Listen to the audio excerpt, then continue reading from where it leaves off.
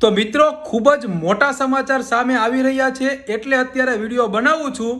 Finally યુએસથી supreme કોર્ટનો નિર્ણય આવી ગયો છે અને સાથે સાથે લોકોની આતુરતાનો અંત પણ, કારણ કે યુએસ સુપ્રીમ કોર્ટે ડોનાલ્ડ ટ્રમ્પે લગાવેલા દરેક ટેરિફને ઇલીગલ ગણાવ્યા છે અને સાથે સાથે એમ પણ કીધું છે કે કોઈ પણ પ્રેસિડેન્ટ પોતાની ઇમરજન્સી પાવરનો આવી રીતે મન ફાવે તેમ ઉપયોગ ના કરી શકે।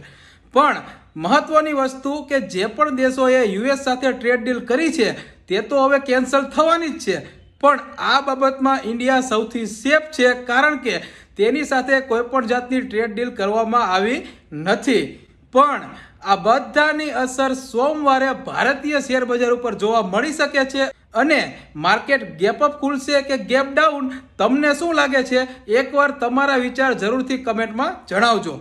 બાકી માર્કેટની આવી જ અવનવી અપડેટ અને ઇન્વેસ્ટમેન્ટ આઈડિયા માટે અમારી સાથે જોડાયેલા રહેજો। પેજને ફોલો કરી દેજો, રીલને શેર અને લાઈક કરવાનું ભૂલતા નહીં। મળીએ કાલે કંઈક નવા કન્ટેન્ટ સાથે, ત્યાં સુધી બધાને જય શ્રી કૃષ્ણ અને જય સિયારામ।